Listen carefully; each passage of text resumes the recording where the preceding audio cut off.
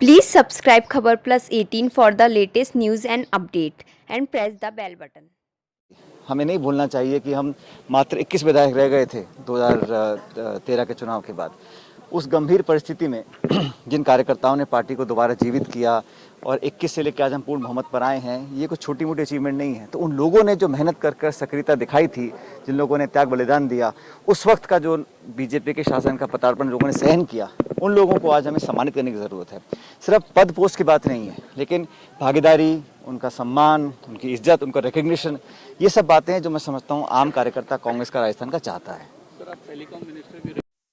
मकर संक्रांति पर सचिन पायलट ने जहां पतंग उड़ाई, वहीं उन्होंने सियासी हमला भी बोला। अपनी ताकत का एहसास कांग्रेस नेताओं और जनता को भी करा दिया कि सचिन पायलट किसी पद के मोहताज नहीं है। जयपुर से लेकर सीकर में शहीद की मूर्ति के अनावरण तक उनका काफिला इस बात का प्रमाण था कि सचिन पायलट की लोकप्रियता का राजस्थान में कोई दूसरा सानी नहीं है।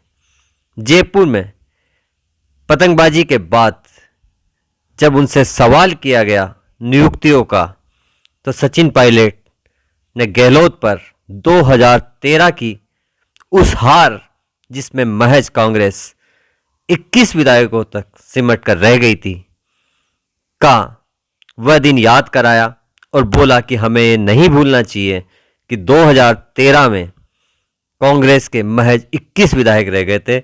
वहां से संघर्ष हुआ, वापसी हुई और जिन कार्यकर्ताओं ने जी तोड़ खून पसीना बहाकर सड़कों पर पुलिस की लाठियां खाकर कांग्रेस को एक बार फिर से 2018 में चुनाव जिताया, सत्ता में वापसी कराई, उन कार्यकर्ताओं का मान सम्मान जरूर होना चाहिए। मैंने ये जयपुर से लेकर दिल्ली तक कांग्रेस के तमाम नेताओं को साफ तौर पर बता दिया है। अब देखना यह होगा कि सचिन पायलट जिस तरह से पिछले कुछ समय से एक बार फिर से रंग में लौट चले हैं, चाहे उनका 2 दिवसीय टोंक का वह दौरा हो जिसमें हजारों की भीड़ उनके साथ चली, लोग उनके इंतजार में सड़क पर बेताब से नजर आए, उनके स्वागत सत्कार में जनता ने कोई कसर नहीं छोड़ी। वहीं दूसरी ओर जब सचिन पायलट मकर संक्रांति के अवसर पर जयपुर में पतंग उड़ाने के साथ ही सियासी हमला बोलकर गहलोत पर जब सीकर के लिए रवाना हुए, तो पूरे रास्ते के अंदर उनके समर्थकों, कांग्रेस कार्यकर्ताओं का सैलाब उमड़ रहा था। उनका काफिला कुछ इस अंदाज में आगे बढ़ रहा था मानो राजस्थान का एक युवा नायक अपने मकसद की ओर बढ़ रहा हो, और वह मकसद था सीकर जाकर शहीद की मूर्ति के अनावरण का, जहां सचिन पायलट ने शहीदों की शहादत को लेकर उन्हें सलाम किया और कहा कि ये हैं तो हम हैं। हमारे राजस्थान प्रदेश से, और वो चिंतित हैं प्रदेश में जो केंद्र की सरकार की तरफ से धनराशि कम मिल रही है, उसको वो संसद में उठाना चाहते हैं। कई अन्य मुद्दे हैं जो आने वाले सत्र के अंदर वो उठाएंगे प्रदेश को लेकर। बाकी संगठनात्मक विषयों पर चर्चा हुई है, और मैं समझता हूँ जो कमेटी बनाई थी आईसीसी ने, उसमें से अहमद पटेल जी का स्वर्गवास हो गया, लेकिन बाकी 2 सदस्य हैं वो लगातार चर्चा कर रहे हैं, और बहुत जल्द मुझे लगता है कि जो कमेटी के निर्णय हैं उसको लागू करने का काम चालू होगा। सीआरपीएफ के जो शहीद हो गए, उनके परिवार के लोगों ने उनकी मूर्ति की वहाँ स्थापना करी है, तो उसका अनावरण करने का मुझे उन्होंने न्योता दिया, और मैं सहर्ष उस वीर की मूर्ति का अनावरण करने के लिए आज सीकर जा रहा हूँ। सर, बीसीसी की एक छोटी टीम आई है, बहुत सारी।